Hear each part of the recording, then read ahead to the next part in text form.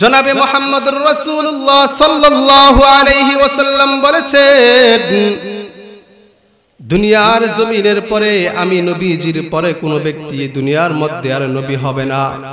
قال النبي صلى الله عليه وسلم أنا خاتم النبيين لا نبي بعدي, আমি হইলাম শেষ নবী, আমার পরে দুনিয়ার জমিনের মধ্যে আর কোনো নবী আসবে না। আমি হলাম শেষ নবী, আমার পরে দুনিয়ার জমিনের মধ্যে আর কোনো নবী আসবে না। তবে যদি আল্লাহ পাক কাউকে নবী বানিয়ে দুনিয়ার জমিনের মধ্যে পাঠাইতেন, তাহলে আল্লাহ পাক হযরত ওমরকে নবী বানিয়ে পাঠাইতেন।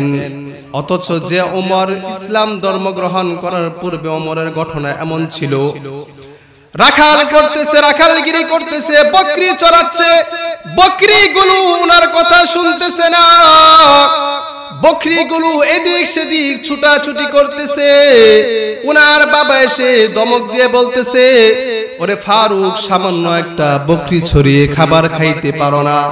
সামান্য কিছু বকরুকে কন্ট্রোলে রাখতে পারো না? জীবন কেমনে চালাইবা? অথচ সেই খলিফাতুল মুসলিমিন, যিনি ইসলামের পূর্বে একটা বকরি উনার কথা শুনতো না, অথচ ইসলাম ধর্ম গ্রহণ করার পরে যখন নবীজির সাথে উনার সম্পর্কটা হয়ে গেল, সম্পর্কটা যখন কোরআনের সাথে হয়ে গেল, সম্পর্কটা যখন ইসলামের সাথে হয়ে গেল, এবার অর্ধজাহান পৃথিবী শাসন করতেছে, অর্ধজাহান শাসন করতেছে, শুধু আঙ্গুলের ইশারায় অর্ধজাহান উনি শাসন করে। মসজিদের মেম্বারে বসে বসে বিভিন্ন সৈন্যদলদেরকে দেখে দেয়, যারা যুদ্ধ করতে গিয়েছে ডেকে ডেকে বলে, ইয়া সারিয়া, ইয়া সারিয়াল জাবাল, হে সৈন্যবাহিনীরা পাহাড়ের দিকে তাকাও, পাহাড়ের দিকে শত্রু আছে, ওই দিকে তাকাও। মদিনার মসজিদে বসে বসে অর্ধজাহান শাসন করেছে। শুধু তাই না, তাই না, এত বড় আত্মাধিক সম্রাট আল্লাহ পাক উনাকে বানিয়েছেন। মদিনার মধ্যে কে কি রাতে স্বপ্ন দেখে সেই স্বপ্নের কথাও উনি বলতে পারেন।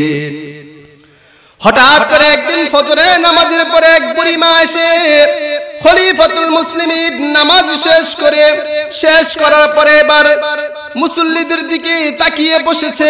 একজন বুড়ি মা এসে কিছু খেজুর দিয়েছে এবং মুসল্লিদেরকে বলতেছে, আপনি গিয়ে এই খেজুরগুলো আপনাদের খলিফাকে দেন, সে নিজে খাবে এবং সাথীদেরকে খাওয়াবে। হযরত আলী রাদিয়াল্লাহু তাআলা আনহু ঘুমের ঘরে স্বপ্নে দেখেছে একজন ব্যক্তি এসে নবীজিকে কিছু খেজুর হাদিয়া দিয়েছে, দেওয়ার পরে নবীজি সেই খেজুরগুলো খাচ্ছে এবং সাথীদেরকে খাওয়াচ্ছে। হযরত আলীকেও একটা খেজুর দিয়েছে, খেজুরটা আলী মুখেও দিয়েছে। মুখে দেওয়ার পরে যখন খেজুরটা খাওয়া হয়েছে, হঠাৎ করে মসজিদ থেকে আল্লাহু আকবারের ধ্বনি ভেসে উঠেছে। হযরত আলী ঘুম থেকে উঠেছে, ঘুম থেকে উঠে দৌড়ে গিয়ে মসজিদের মধ্যে দেখে উমর ফারুক রাদিয়াল্লাহু তাআলা আনহুর ইমামতিতে নামাজ হচ্ছে, জামাতের মধ্যে শামিল হয়ে গিয়েছে। নামাজ শেষে একজন বুড়িমা এসে খলিফার কাছে কিছু খেজুর দিল।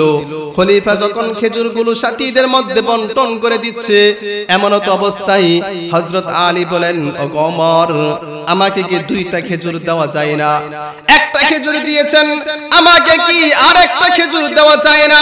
খলিফাতুল মুসলিমিন ওমর ফারুক বলেন, রাতের বেলায় নবীজি তো তোমাকে একটাই খেজুর দিয়েছে, আমি ওমর কিভাবে তোমাকে দুইটা খেজুর দেই?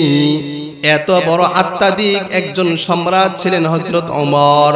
সেই ওমর রাদিয়াল্লাহু তাআলা আনহু যার নামটা রেখেছে হযরত হাসান বসরি, সেই হাসান বসরি গিয়ে অগ্নিপূজকরে বলতেছে, তুমি যদি ইসলাম ধর্ম গ্রহণ করো তো তুমি জান্নাতি। অগ্নিপূজক বলে, তার প্রমাণ কি, ডকুমেন্ট কি, আমি যে জান্নাতি হব তার প্রমাণ কি? তিনি বলেন, প্রমাণ হচ্ছে আল্লাহ তোমাকে মাফ করে জান্নাতবাসী করে দিবেন। বলেন, না না না, লিখিত আকারে দলিল দেন, লিখিত আকারে প্রমাণ দেন। বলে, ঠিক আছে, খাতা কলম নিয়ে আসো। খাতা কলম নিয়ে আসার পরে হাসান বসরি লিখতেছেন যে তুমি কালিমা পড়েছ, তুমি কালিমা পড়লে তুমি মুসলমান হয়ে যাওয়ার পরে তুমি জান্নাতে যাইবা, এই যে আমি লিখে দিলাম। আর মনে মনে আল্লাহকে বলতেছো, গো মালিক, তোমার রাসূল বলেছেন মান ক্বালা লা ইলাহা ইল্লাল্লাহ মুমিনান বিকলবিহি দাখালাল জান্নাহ।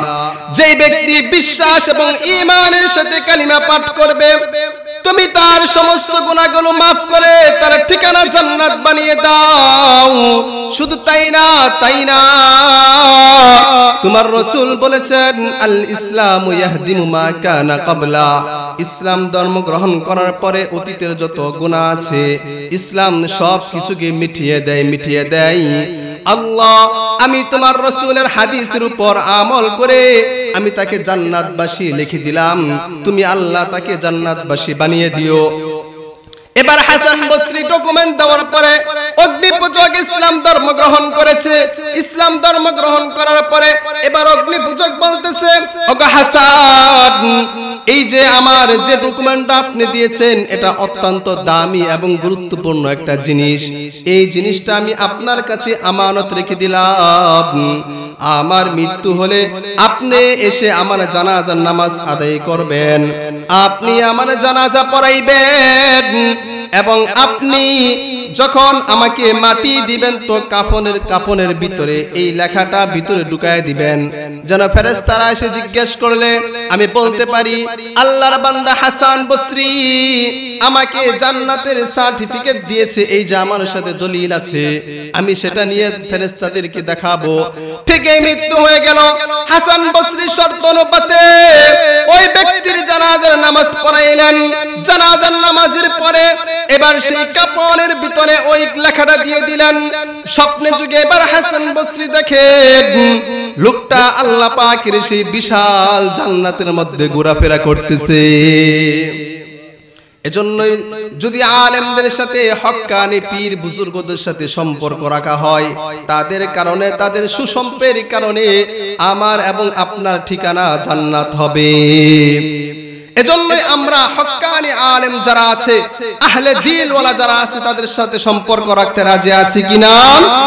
আমরা সকলে হক্কানি আলেমদের সাথে সুসম্পর্ক রাখবো।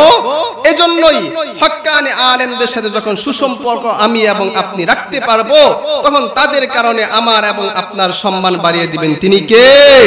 আল্লাহ।